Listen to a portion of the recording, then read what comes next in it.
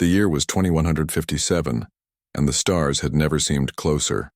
The human exploration vessel USS Dauntless floated silently through the darkness of space beyond Neptune's orbit.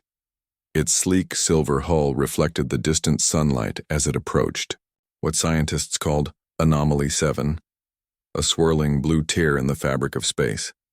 Captain Eric Daniels stood on the bridge, his weathered face illuminated by the glow of monitors. 20 years in the United Earth Space Command had prepared him for many things, but first contact with an alien civilization was something entirely different. "Status report," Daniels called, his voice steady despite the tension that hung in the air. Lieutenant Commander Patricia Miller looked up from her console. "All systems normal, Captain. The wormhole appears stable. Scans show it leads somewhere in the Andromeda Galaxy." Daniels nodded and pressed a button on his chair. "Ambassador Martinez, please report to the bridge. It's time." Minutes later, Ambassador Olivia Martinez entered the bridge. Her dark hair was pulled back in a neat bun, and her blue diplomatic uniform stood in stark contrast to the military gray worn by the crew. "Are we ready, Captain?" she asked, her voice betraying a hint of excitement. "As ready as humanity will ever be," Daniels replied. "This is what we've trained for. First contact, the most important moment in human history." Martinez smiled. "Let's hope they're friendly." The USS Dauntless moved slowly toward the wormhole.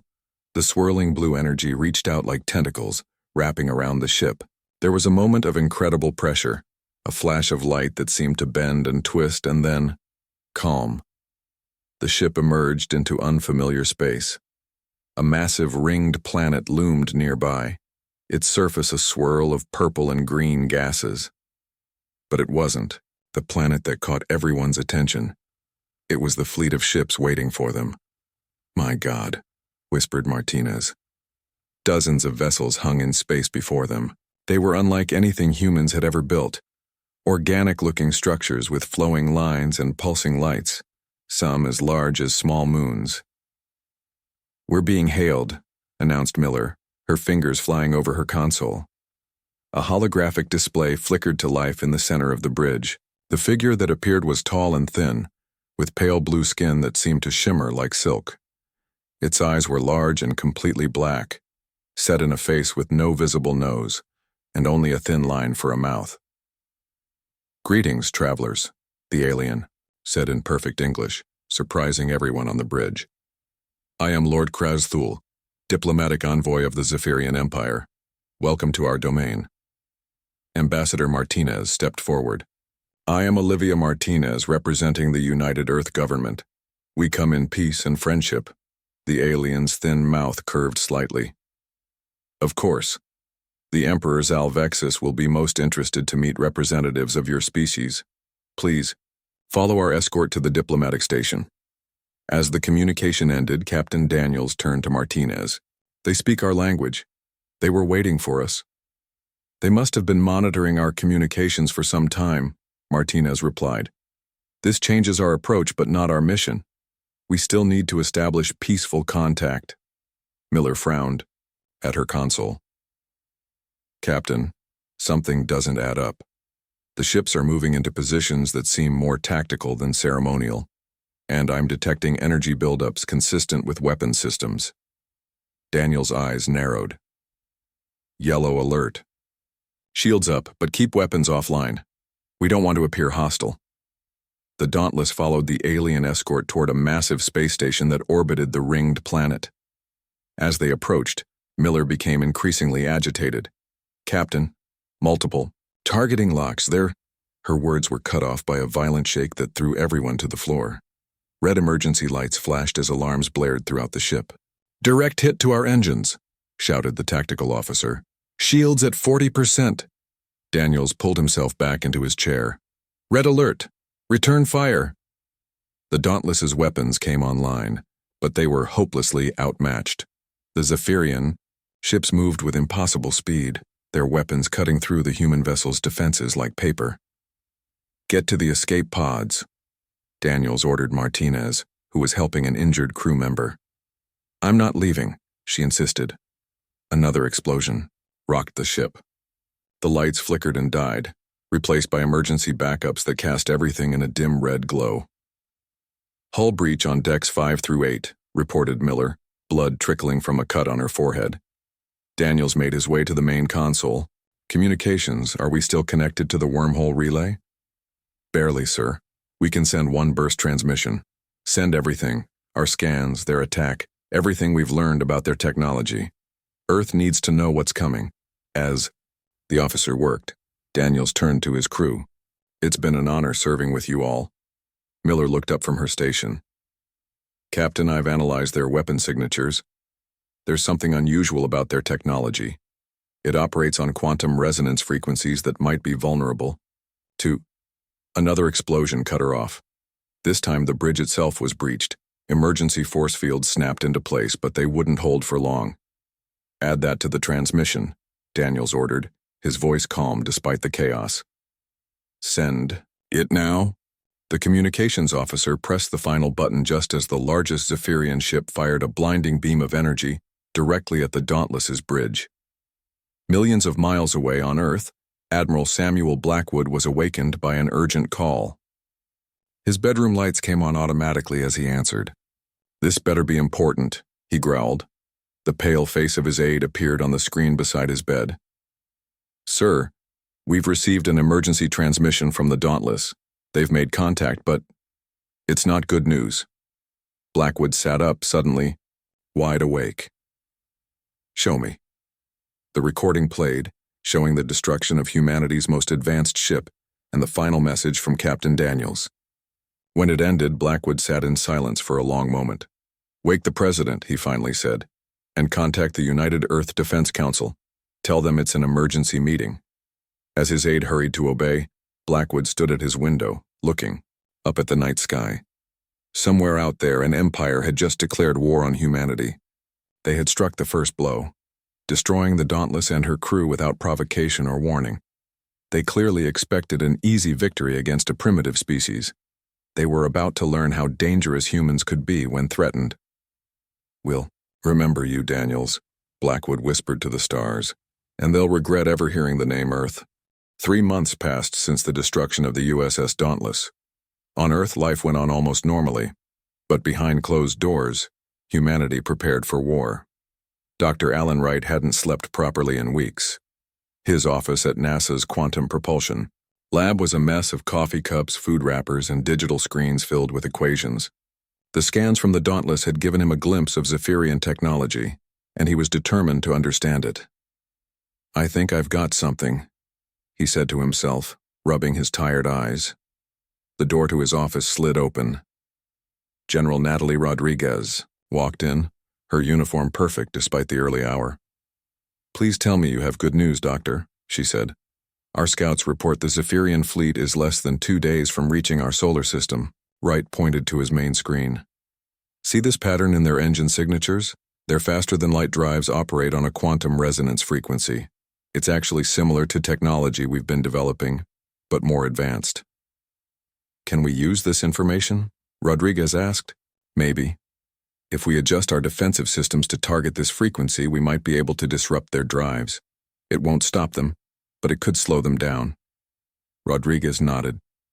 "Do it. I'll inform Admiral Blackwood."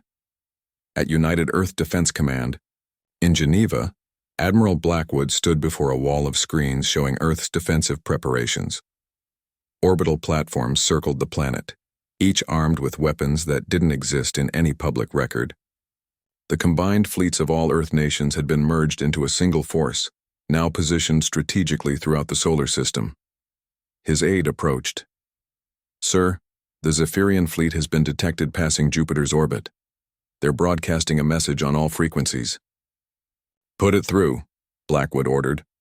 The central screen flickered and the image of Emperor Zalvexis appeared. He was taller than Lord Krazathul had been, with darker blue skin and eyes that seemed to glow from within. "People of Earth," the Emperor's voice rang out. "I am Zalvexis, Eternal Emperor of the Zephyrian Empire, conqueror of 1,000 worlds. Your vessel trespassed into our territory, an act of aggression we cannot ignore. Surrender your planet immediately, and you may live as servants of the Empire. Resist, and you will be exterminated. You have 6 hours to lower your defenses. The transmission ended. Blackwood's expression didn't change. Send our response, he said quietly. The message Earth sent back was simple. No. 6 hours later, the Zephyrian fleet moved into attack position. Their ships, hundreds of them, formed a crescent around Earth's orbit. They expected minimal resistance from a primitive species. What they got was Protocol Lazarus. As the first wave of Zephyrian ships approached, Earth's orbital platforms suddenly glowed with energy. Beams of concentrated light shot out, hitting the enemy vessels with pinpoint accuracy. 30% of the first wave exploded or drifted off course, their systems failing. Earth's fleet moved forward, ships much smaller than the Zephyrians but faster and more maneuverable. They had been designed based on the Dauntless scans, specifically to exploit weaknesses in Zephyrian technology. In his command ship, Emperor Zalvexis watched in disbelief as his forces met unexpected resistance. "How is this possible?" he demanded. "These humans should be defenseless." His military advisor bowed low. "They appear to have adapted some of our technology, Emperor. The scout ship they destroyed must have transmitted data back to them." Zalvexis's eyes narrowed. "No matter. Send in the second wave. Use the planet-killer weapons if necessary." Back on Earth, in a secure bunker beneath the Rocky Mountains, President Laura Chen watched the battle unfolding in space. "We can't keep this up forever," she said to Blackwood, who stood beside her. "Their forces are too numerous." "We don't need to win, Madam President," Blackwood replied. "We just need to hold them off long enough for Chief Strategist Holloway's plan to work." Inside a different part of the bunker, Frank Holloway was explaining his plan to a group of military officers. "We call it Operation Trojan Horse," he said, pointing to a holographic display of the solar system. "We create a controlled breach in our defenses near Mars. When the Zephyrians pour through, we spring the trap and capture one of their ships, intact." Commander Diane Henderson raised her hand. "My ship, the Valiant, is positioned near Mars already. We can lead the operation." "It's extremely dangerous," Holloway warned. "We'll be drawing their most powerful ships into the trap." Henderson's face was determined. "The Valiant crew is ready. We've trained for this since the Dauntless incident." 2 days later, the battle near Mars unfolded exactly as planned. Almost. The Zephyrians detected the weakness in Earth's defenses and sent a large force to exploit it. Commander Henderson's ship led them into the trap, where concealed Earth vessels waited. What wasn't planned was the Zephyrian cruiser's direct hit on the Valiant's engine section. "We're losing power," Henderson's tactical officer shouted as alarms blared. Henderson made a quick decision. "Lock tractor beams on the nearest Zephyrian cruiser. All crew to escape pods." "But Captain..." "Do it. We're dead anyway. At least this way we complete the mission."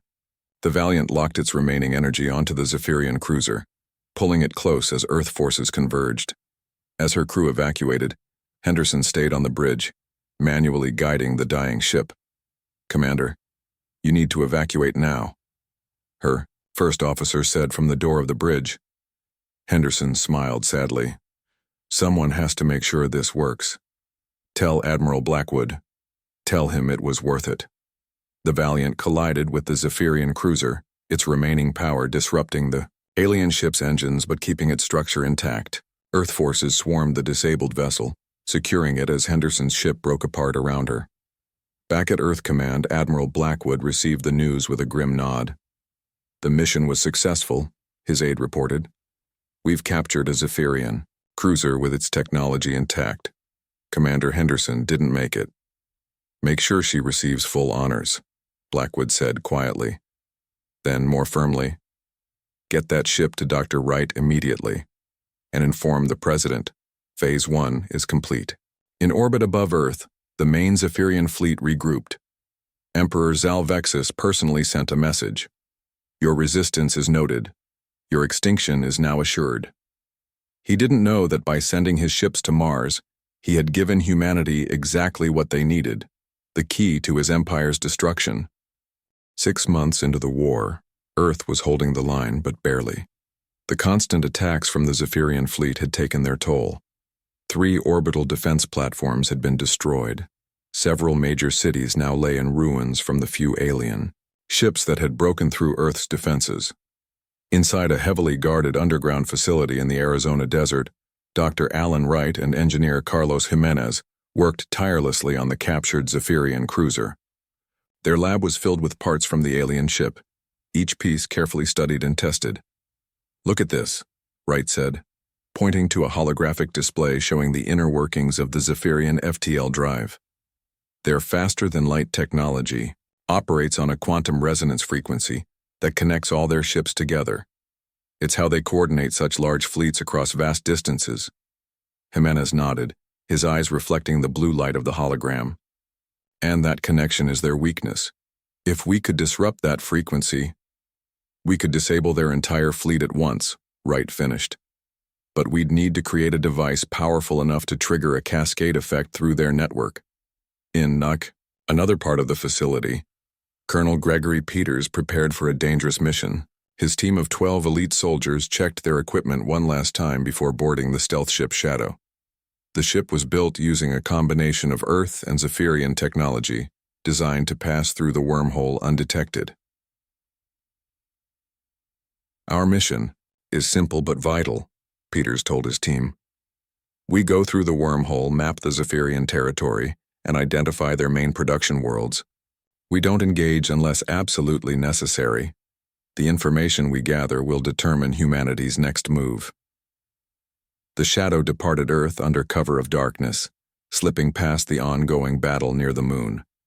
Using the confusion of combat as cover, it approached the wormhole and disappeared into its swirling blue depths. Meanwhile, in Geneva, President Laura Chen addressed the United Nations in a historic speech that was broadcast worldwide. 6 months ago, an alien empire declared war on humanity without provocation, she said, her voice steady despite the weight of her words. They expected us to surrender or be quickly defeated. They were wrong. The audience sat in tense silence as she continued. "We did not choose this war, but we will end it. Humanity will not be extinguished. We have held the line, and now we prepare to take the fight to them. The Zephyrian Empire will learn that threatening Earth was the worst mistake in their 10,000-year history." Back in the Arizona facility, Wright and Jimenez had made a breakthrough. With the help of 50 top scientists from around the world, they had developed what they called the Quantum Cascade Device, or QCD. "The theory is sound," Wright explained to Admiral Blackwood, who had come to check their progress. "This device can trigger a chain reaction through the Zephyrian FTL network. Once activated, it will collapse their entire transportation infrastructure." "How long until it's operational?" Blackwood asked. "We need to test it first," Jimenez said. "We can use the captured cruiser's systems to simulate a small-scale effect." Blackwood nodded. "Make it quick. Our defenses are weakening. The Zephyrians are planning something big." He was right. Above Earth, the Zephyrian fleet had been reinforced. Emperor Zalvexis himself had arrived in his massive flagship to oversee what he expected to be the final battle. "The humans have resisted longer than expected," he said to his generals. "But they are running out of resources and ships. Our next attack will break through their defenses and end this irritating resistance." Unknown to the Emperor, the Shadow had successfully navigated through Zephyrian space. Colonel Peters and his team had mapped key military installations, production facilities, and hyperspace routes. Most importantly, they had discovered a critical weakness in the Empire's structure. Their entire civilization depends on these FTL networks, Peters reported back to Earth through a secure quantum channel. Without them, their worlds are isolated days or weeks apart using their secondary drives. Their military strength comes from their ability to quickly move forces where needed. The information matched perfectly with what Wright and Jimenez had discovered. It confirmed their theory. Disrupting the quantum resonance frequency would cripple the Zephyrian war machine. The test of the quantum cascade device was scheduled for the next day. But that night, the Zephyrians launched their major offensive. Hundreds of ships attacked Earth's defenses simultaneously from multiple directions. The orbital platforms fought back bravely, But one by one, they began to fall. "This is it," Blackwood said as he watched the battle from the command center. "They're making their final push." General Rodriguez looked at the tactical display grimly. "At this rate, they'll break through to Earth within hours." "Then we need to move up our timetable," Blackwood decided. "Contact Dr. Wright. The QCD needs to be ready now." In the Arizona facility, alarms blared as scientists rushed to prepare the device for deployment. Wright and Jimenez made final adjustments as military personnel loaded it onto a specially modified ship. "It's not fully tested," Wright warned. "We don't know if the cascade effect will work as predicted." "We're out of options," Jimenez replied. "It's this or Earth falls." Above them, the battle for Earth reached its climax. Zephyrian ships broke through the outer defense line.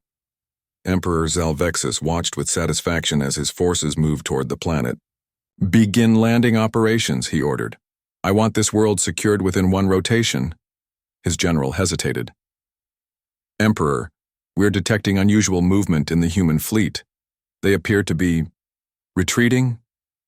Indeed, Earth's remaining ships were pulling back, regrouping near the moon in what looked like a last desperate stand. The Emperor laughed. "They gather for their final defeat. Move our forces into position to crush them completely." As the Zephyrian fleet formed up to deliver the killing blow, Admiral Blackwood sent a message to the Shadow hidden in the asteroid belt. "Colonel Peters, we're out of time. Deploy the QCD now." On the Shadow, Peters received the message. His team had positioned themselves perfectly, hidden among the asteroids but with a clear line of sight to the Zephyrian flagship. "Target locked," his weapons officer reported. "QCD ready to fire." Peters took a deep breath. Fire. The device launched, a small projectile that the Zephyrians didn't even bother to intercept. It struck the flagship's hull and activated. For a moment, nothing happened. Then a wave of energy pulsed outward, invisible to the eye but devastating to the Zephyrian ships. One by one, their engines flickered and died. The human counterattack was about to begin. The quantum cascade device worked better than anyone had dared to hope. Throughout the solar system, Zephyrian ships drifted helplessly, their FTL drives completely disabled. On the flagship, Emperor Zalvexis raged at his engineers. "Fix it now," he shouted, his blue skin darkening with anger. "How can one primitive species cripple our entire fleet?" His chief engineer trembled. "The quantum resonance network is collapsing, Emperor. The humans have somehow created a disruption that spreads through our connected systems." On the bridge of his command ship, Admiral Blackwood watched the enemy fleet with careful eyes. He wasn't celebrating yet. "All ships, execute Operation Extinction," he ordered. "Move in now." Earth's remaining fleet surged forward. They had been hiding their true numbers, keeping ships in reserve for this moment. Now they attacked the disabled Zephyrian vessels with perfect coordination. Their weapons had been modified based on Dr. Wright's research, specifically tuned to penetrate Zephyrian shields. Captain Julia Winters led the primary assault group in her ship, the Avenger. Her target was the massive Zephyrian flagship where Emperor Zalvexis commanded. "All assault teams ready," she reported. "Boarding pods prepared for launch." Blackwood's voice came through her comm system. "Remember, Captain, we want the Emperor alive if possible.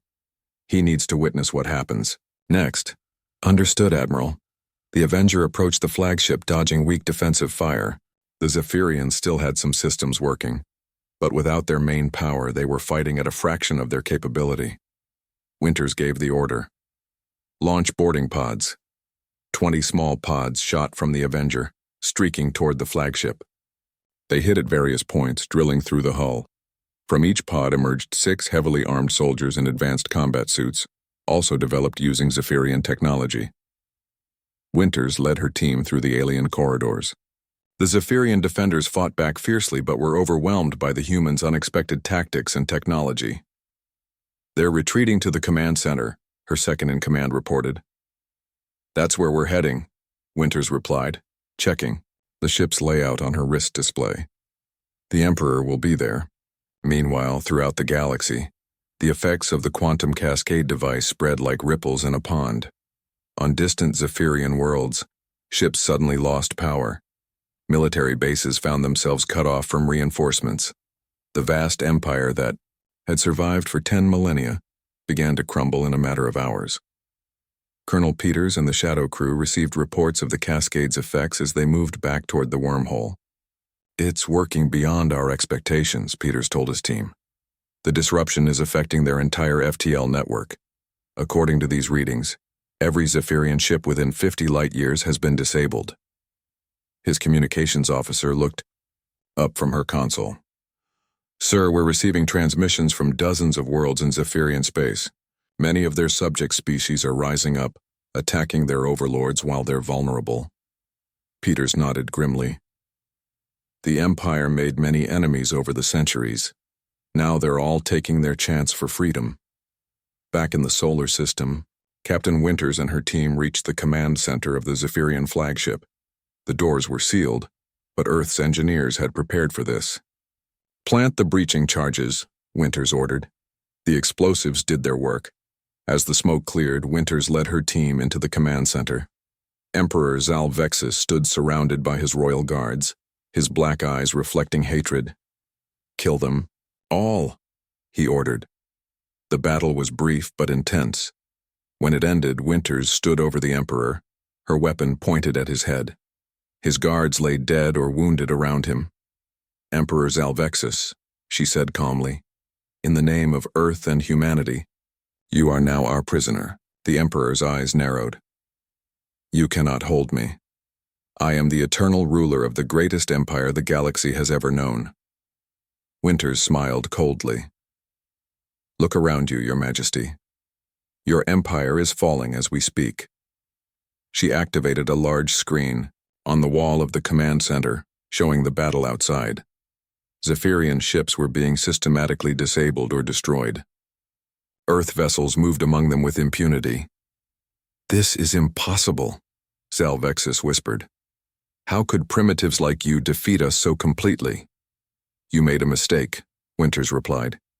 "You judged us by our technology, not by our nature. Humans have been fighting wars against each other for thousands of years. We've learned to adapt, to find weaknesses, to turn an enemy's strength against them." She gestured to another screen, showing reports from across Zephyrian space. "Your empire depended on absolute control through your quantum network. We analyzed it, found its flaw, and exploited it. A single device has done what 1,000 fleets could not." The Emperor stared at the screens in shock. "The cascade effect, it's spreading throughout the empire." "Yes," Winters confirmed.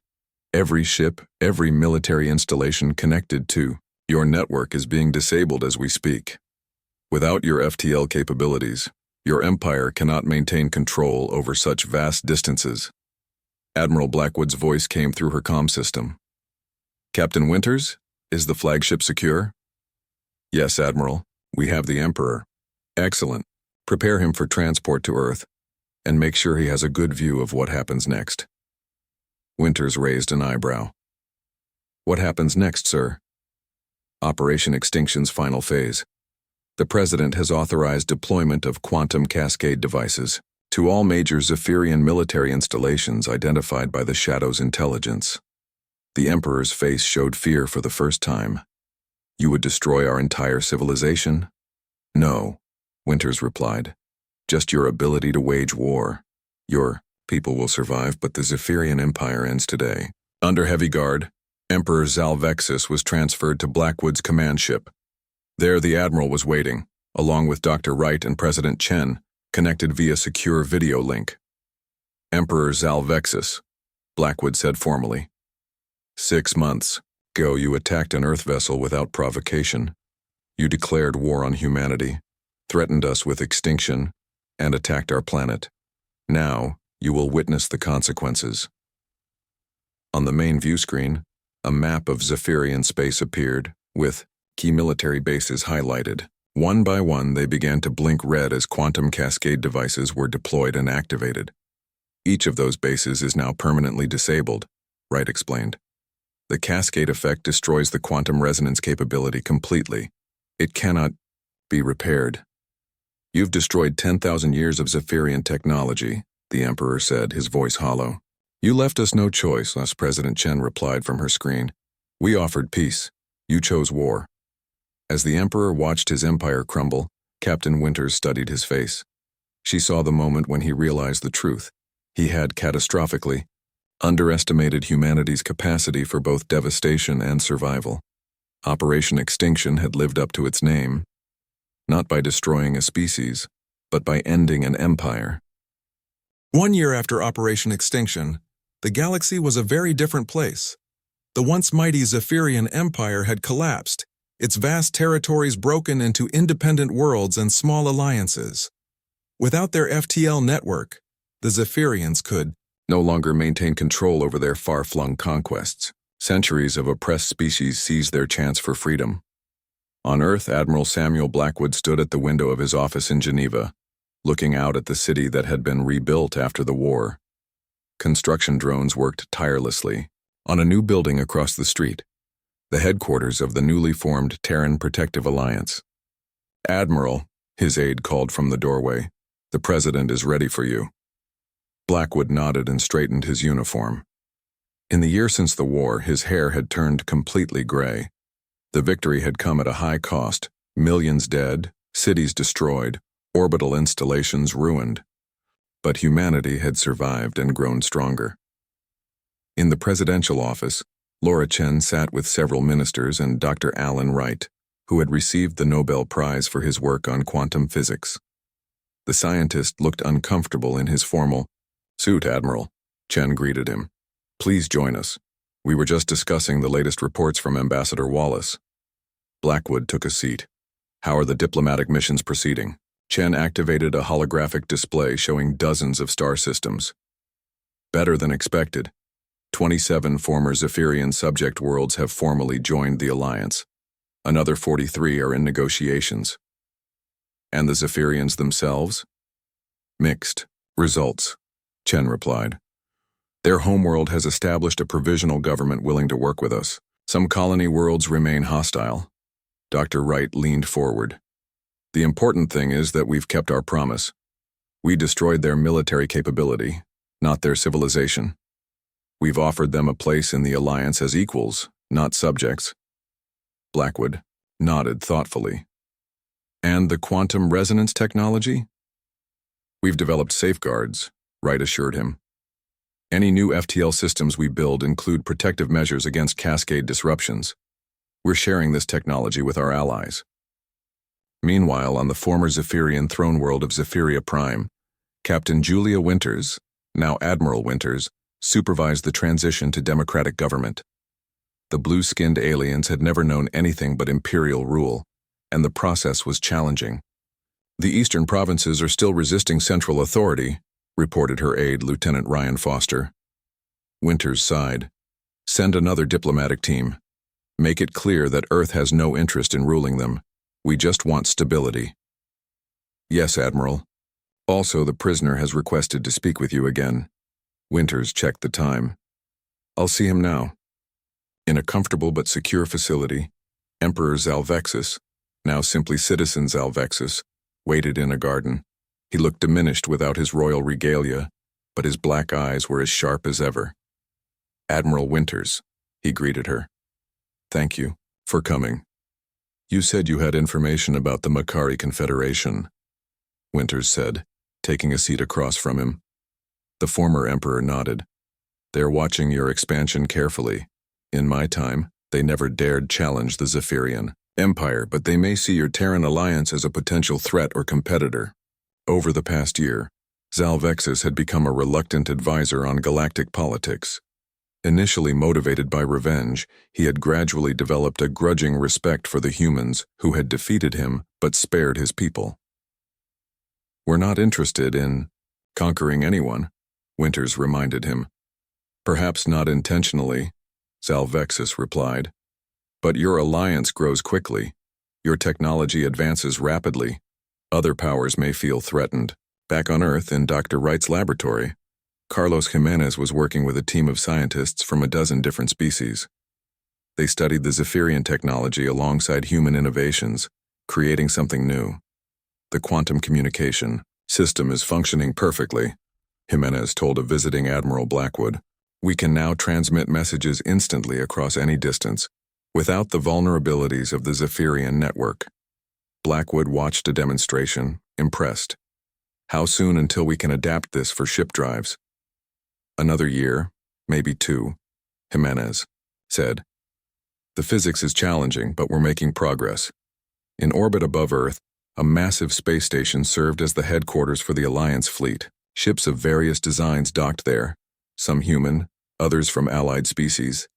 The fleet had a dual purpose: to defend Alliance worlds and to help with reconstruction efforts throughout former Zephyrian space. That evening, President Chen invited Admiral Blackwood to her private office for a conversation. Something's bothering you, Samuel, she said, pouring 2 glasses of whiskey. You've had that look since the end of the war.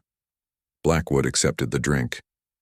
I'm concerned about how quickly we adapted to interstellar warfare, Madam President. In less than a year, we went from our first contact to destroying an empire that had existed for 10 millennia. We were fighting for our survival, Chen reminded him. Yes, but now.